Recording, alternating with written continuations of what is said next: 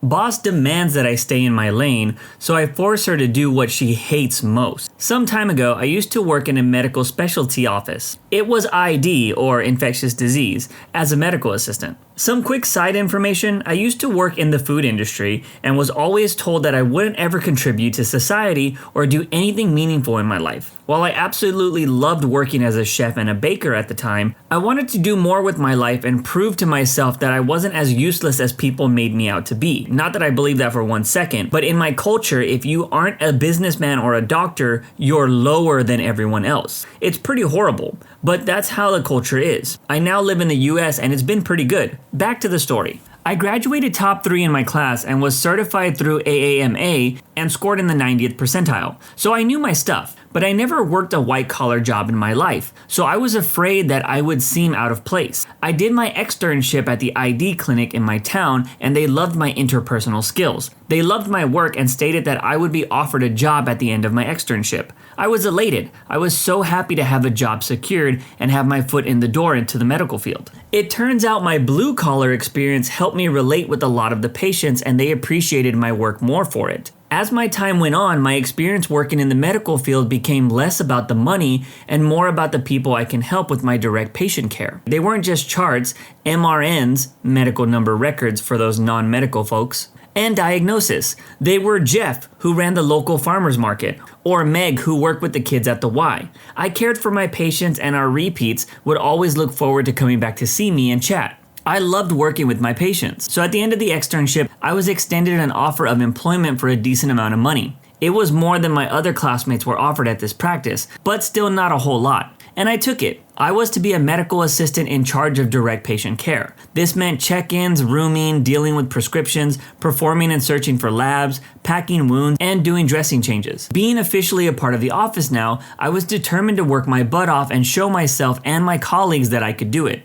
I continued to do my work and care for my patients. However, over time, I would notice certain things weren't in my job duties that I could do that would help out the patients. Certain things like calling their doctors for update orders or checking for records from local hospitals. Also helping patients find good home health or SNFs, skilled nursing facilities, generally the medical scheduler's job. This also included looking into insurance coverages, billing, and checking referral statuses, referral coordinates, among other things. Doing these tasks meant a lot more work on my end, but it also meant the best care that I could offer my patients. This went on for a year, and my patients were happy and willing to come to their appointments. Apparently, not a whole lot of people like coming to a building with the words infectious disease in big print on its side. Then one day, out of the blue, I was called into my supervisor's office. Young, naive me thought, oh great, they've been seeing how hard I'm working and I'm finally getting recognized. Maybe they'll promote me to lead. Nope. My boss, Shelly, told me that I'm working too hard and sticking my finger in too many pots. I asked where this was coming from. She stated that I was staying more than 5 minutes late too many times and it's because I'm doing too much work. She said, we can't keep paying you all this overtime. I think I was maybe 30 minutes overtime at most. She said that's still too much. I'm doing too much work. I was baffled, absolutely stunned. I thought I was doing the practice a service, but she undermined the entirety of my last year's hard work I put in. I was frustrated and a bit upset, but tried my best to remain professional. So I asked her what she would like me to do, and the next words out of her mouth were the ones that she would regret. Well, I see you're doing a lot of tasks that are meant for other positions. Maybe you should stop doing those and just stay in your lane. She then proceeded to write me up for trying to abuse the time clock. Insert Jim Carrey's, alrighty then, and cue malicious compliance. I asked her to send me a list of exactly what my job duties are, and she said she would be happy to. It listed most of what I originally meant to do, except it didn't include dressing changes and packing wounds. I saw this and immediately knew that this would be trouble for my boss. You see, she was the only other medical assistant on our end of the office that was certified to deal with minor wounds and dressings. Since I was the main contact for patients, that would fall on her plate. So I told my patients that I won't be doing any extra work because it goes against the practice's wishes, and I was told not to. All of them understood, but it's tough to get patients to keep appointments when things get delayed. Not long after the order was issued, I got my first page for a wound pack. Excellent. One thing to note about my boss is she absolutely hates feet. And one thing to note about infectious disease clinics is that we dealt with a lot of diabetic foot infections, at least 2 or 3 a day. Doc wants to see how it's healing, so he removes the wrap and unpacks the foot. Spent a little extra with the patient and now has to get to his next appointment. I'm paged by the doc to pack the foot. Wet to dry. Not a problem, doc. I'll get Shelly for you. He gives me this kind of odd look, but continues to his next appointment. Shelly gloves up, and as soon as she passes the threshold of the room and notices it's a diabetic foot, she holds back her gags and immediately starts sweating. I pass by the room and she asks for my help. As calmly as I could, I turned and said, "Sorry, boss, packing wounds isn't on my list. Can't do it. Gotta stay in my lane." By the way, it's 2 o'clock and at 3 there's a through and through foot infection. Probably should get that packed soon too. I'm glad we were wearing masks because she couldn't see the massive grin I had on my face through this whole encounter. She tried to write me up about disobeying superiors, but I had spoken with my GM and she was behind me. Instead, she ended up getting written up for trying to put wound packs back on my list after she told me I did too much work. She ended up having to do part of the medical scheduler's job, part of the referral coordinate's job, and part of the billing office's job, as she had let go of one of our front desk office staff because there was not enough work to go around. There was plenty of work. I was doing it. She didn't last long after that. The burnout got to her and she stepped down from the supervisor position 4 months after that. They ended up hiring another super and I left the practice shortly after I got COVID. They told me to come back into work after 3 days while I was still very symptomatic. So I told them that I wouldn't be endangering my patients like that and to shove it. Last I heard, they have an entirely new front office staff and they're perpetually short-handed. They should have just let me drive my own path instead of telling me to stay in their silly lanes. But let me know. Am I the jerk? Another good employee destroyed by the budget. It's crazy how powerful money is in our everyday lives. What is even crazier is when people who have nothing to do with the day-to-day work are the ones making the decisions to make sure no one goes over their hours. Now, I will say I understand that this is a business and I've worked with my fair share of overtime abusers, but this supervisor could have handled this situation a lot different. I wouldn't have written up the OP for one thing, but I would have also just explained that they need to cut back on something, or I would have offered to help them, especially if I had a task that I hated, like working with feet like this supervisor did. I would treat people that do the tasks I hate with the utmost respect and care. Hopefully that supervisor learned this very good life lesson after this. You need to be better at timekeeping. Okay then, I will. I saw this post earlier on that reminded me of a story from a job I had a few years back, and one of the worst bosses I ever worked with. The story goes like this. This one day in particular, I arrived at work the same time as my team lead's boss. I walk across the car park and in through the doors of our office, merely seconds after him. He doesn't say anything to me from across the car park, even though he saw me. He doesn't even acknowledge me at all. The time is 7:03 and I was supposed to start at 7 o'clock, just like him. Later that day, my team lead gets an email from this guy telling me to give me a bollocking for being late. My team lead, who also happens to be a good buddy of mine outside of work, didn't give me the bollocking, but instead he replied to his boss and told him that I regularly work an hour or so later after work and don't claim any overtime. At the time, I was young and didn't have any commitments waiting for me back home, and I was the type of guy who would want to finish a job before leaving. My team lead's boss said he didn't care, that my workday started at 7 and that he expected me at my desk at that time every day. He said that he was sick of my relaxed attitude towards timekeeping. My buddy showed me the email back and forth between them, which he wasn't supposed to do, and just shrugged and said something like, "At least you know now, I don't give a crap. Just as far as I'm concerned, you do more than your stated hours, but he's clearly gunning for you. Just watch your back." So I decided that I take my boss's words to heart, and from that day until I left for a much better job, I arrived at work at 6:50 every morning, got myself a morning brew, and sat at my desk not doing anything until 7, when I would start work. Even when I got to the office early, I'd sit in the car park until it was time, and I left exactly on my out time of 3:30. Every single day. The boss didn't notice, of course, until a few months later a big job dropped just before home time, as they often did, and they needed someone to stay on. There was the usual rushing around and hushed discussion from the management about it,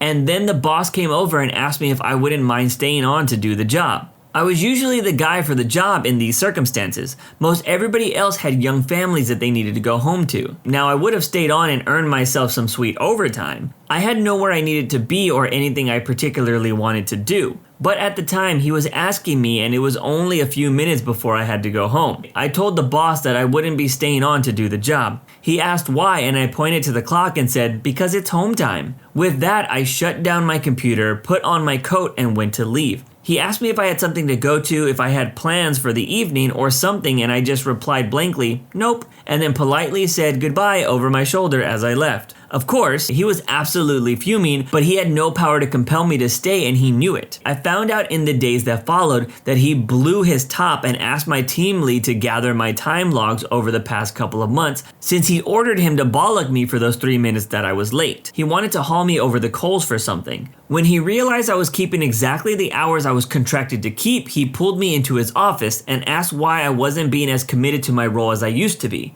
staying back late to get stuff done. I smiled and very politely explained that staying late after home time for no pay is something that is done out of goodwill, and that he had eroded all the goodwill when he had my team lead give me a bollocking for being 3 minutes late, on a day when I got to work at the exact same time as him. And I explained that from that point onwards my goodwill was gone and I was only going to do what my employment contract asked of me and nothing more. He was so red in the face that I could tell he wanted to lose his cool at me, but he had no legs to stand on. My timekeeping had been impeccable, and the work I was doing while at work was in good standard. He had nothing. All he could do was say he was disappointed that I felt that way. I shrugged and asked him if there was anything else. There wasn't, so I got up and left his office. I kept my nose clean for a little over a year after that incident, but he was always trying to get me for some reason or another. In the end, I found a very nice job elsewhere, and I heard that after I left, just about the entire department followed suit. But let me know. Am I the jerk? This seems very similar to some of the actions I took after run-ins with my aggro bosses at my old job. I've mentioned many times that I left my old job for a bunch of reasons, but one of the main reasons was because I had a boss that was trying to get me fired because he didn't like that I told him, and I quote, that he needed to figure something out when I was on vacation and no one would be in charge. I also had a boss/lead that would let me in on information that I wasn't supposed to have, so I could easily prepare for a counterattack against this bad boss when he tried to pull some stuff. Working at that old job gave me endless amounts of malicious compliances. Welcome to the unending notebook emporium. When I was a student, I earned some extra cash money by working in a stationery shop in a university town. I only worked on the weekends, and since there was no deliveries or post-lecture rushes, we usually had 3 of us on duty. At first, it was me, Electron, a physics student with a little time for humans, and Josh, the weekend manager. Josh was a surfer dude, always really relaxed, knew most of the job was BS, and freely told us that the only thing he liked was chatting with us and the customers. We developed a great group of repeat customers who liked the store being quieter and being able to talk to us and whatever problems they had. On that basis, Josh had agreed that the policy whereby the weekday team did all the scheduled tasks when there were more staff on duty, but on the weekend all we did was filling empty shelves in sales. Unfortunately, Josh's main job as a water sports instructor was really taking off, and his days of selling paper clips were over. Neither I or Electron had any interest in being responsible for keys, cash balancing, and explaining to sketchy folks why we stopped selling those little resealable plastic bags. So we didn't inquire about the weekend manager job, and we weren't asked either. Apparently a weekday worker, Susan, asked for the hours. I like Susan. She often took weekend shifts when one of us was out of town, and she blended well with our team. But a storm was brewing. The owner had decided that weekend manager was a pointless job title, and that an experienced salesperson could handle the weekend crew. So when Susan was offered the opportunity to run the weekend team, it was not on the management pay scale, it was on a $1 hour supplement. I genuinely did feel sorry for her. Neither me nor Electron would have taken on the responsibility for an extra $8 more per shift. She negotiated him up to $1.50 an hour, but most importantly for her, agreed that though contractually she'd be a salesperson, at the weekend she would be referred to as manager. I know this because she spent the first month drilling this point home and she printed out a special badge that said manager. Then got upset when the store's assistant manager, Alice, told her that she wasn't allowed to wear it on weekdays. This created a rift that Alice never forgot. Alice told us when covering one weekend that Susan had also promised everyone that she would whip the weekend team into shape, and that Josh had allowed us to become lazy. Alice thought the whole thing was hilarious and said that it was pointless anyways. The owner had far bigger priorities than this store, and also as long as we were ticking over a profit, he really could care less about the sales volume from week to week, or who worked that shift. To get Susan out of his hair, he agreed that if she could boost sales in her first 2 months, that she would get a reward. And wouldn't you know it, in the first 2 months, which happened to be a new academic year, sales were indeed boosted. She got a $25 gift voucher to another store that he owned. She told Electron and me that it was a clear example of how hard work pays off. We simply needed to apply ourselves and follow her instructions. One Sunday, I was talking to a student who wanted to buy a USB stick for his university work. I was talking to him about how to back up your data and that a single USB stick might not be sufficient. Electron was explaining something I didn't understand to someone who I also could not understand. Susan emerged from the small office at the back of the store where she had started to spend most of her time working on the system. It was very unclear what the system did or why it had worked so effortlessly during Josh's tenure and now required constant babysitting. But her time with the system was unavoidable and critical to our success. "This shelf isn't full," she said to the open floor. I turned around and she was pointing at the shelf of notebooks. The owner had struck a killer deal on multiple pallets of garnishly colored notebooks, and now we had thousands of them in the stockroom. The weekday team had put about 100 of them on the shelf. But as they were cheap and selling quickly, a fairly noticeable gap had developed. Normally, I would grab some when I happened to go into the stockroom for something else, but that hadn't happened in a while. I went back to talking to the customer, but then she grabbed my shoulder and jerked it back. "Bobby Bumblebee," she said. "When I ask a question, I expect a response." The young guy I was talking to looked horrified and started to back away. "Are you gonna buy that?" she asked him, pointing at the USB stick in his hands. He shook his head, muttered something apologetically, and put it back on the shelf before rushing out of the shop. "Another time waster," she said to me. "No more wasting time on chat. You're either at the register selling or you're filling up shelves. We got plenty of notebooks in the stockroom and there's no excuse for empty shelves. I expect every space filled." She turned and marched back to the little office. She looked over at Electron and pointed at him. "That goes for you too, Electron." He looked back at her with a look of total confusion, but he usually did, so it didn't stand out. Then as she slammed the office door behind her, a light bulb went off in my head. "Electron," I said, "did you hear her say every space?" He nodded and started to smile. He apologized to his customer for no longer being permitted to talk to them, and we started a Herculean tag team effort in the stockroom. I brought out the first batch on the trolley and filled the notebook shelf. It looked pretty good. We were waiting for a shipment of printer paper, so there was a big gap in that section. Not anymore. I stocked those notebooks a yard high. I thought Susan might hear the noise and come out, but she was far too busy. Electron spent some time manning the register, but mostly we were filling shelves, until eventually we had filled the shelves. It looked like a kid had eaten an entire pack of highlighters and spewed across the whole store. I realized though that she said every space, not every shelf. I created a new tower near the office door. It was a majestic sight, almost 6 feet high in the center. Electron crowned it with the roll of sparkling glitter tape. To me, it was my Washington monument. It was at this point that I heard, "What the hell?" You see, the one thing I knew that no one else did was that Alice was coming in at the end of the day to collect some paperwork. "Welcome to the unending notebook emporium," I said.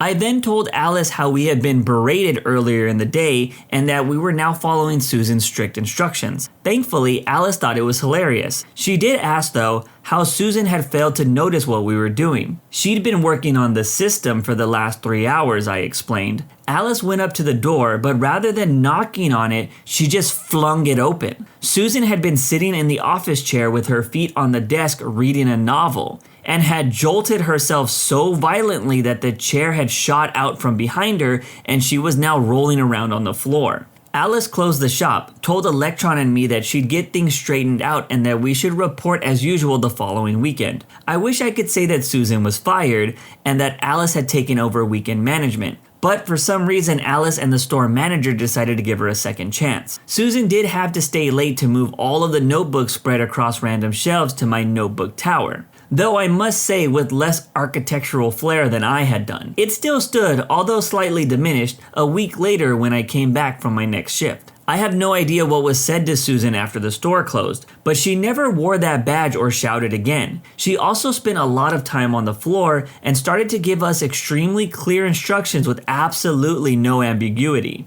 This was a great source of amusement for Electron, who occasionally played up to it. My personal favorite being when he asked if selling as much printer ink as possible meant he should lower the price to 1 cent. A few months later, both Electron and I finished our degrees and left. Neither of us worked in retail again. Electron went on to gain a PhD in physics, and we still keep in touch. But I still have no idea what he was talking about or what he does for a living. Alice later took over as the store manager, and Susan, as far as I can make out, left a couple years after me and now works as an assistant manager at a nearby supermarket. I like to think that she treats people better now, but who knows? At the very least, I hope that every time she sees a notebook, she remembers the day she spawned the unending notebook emporium. But let me know. Am I the jerk? Now this story brought back memories because this is a classic retail malicious compliance. We would do this all the time at the warehouse that I worked at. Some manager always wanted the area to look stocked, but never said that we needed to be fully stocked. So most times we would just move all the items up to the edge of the shelf. Now of course this did cause a problem when those items did actually run out, but it was something management had to deal with, or it was a good way to get some extra hours on the week's check if we felt like we needed them. Either way, you should be careful with what you ask for when it comes to retail workers. That's it for today's video. If you want to make sure you don't miss out on any content, hit that subscribe button and make sure you hit that bell to turn on notifications. If you want to finish listening to all those stories, use the playlist at the top of the description. And if you're someone who live streams and needs copyright-free music, check out the Cream of the Crop music by searching Cream of the Stream on Spotify or whatever music platform you choose.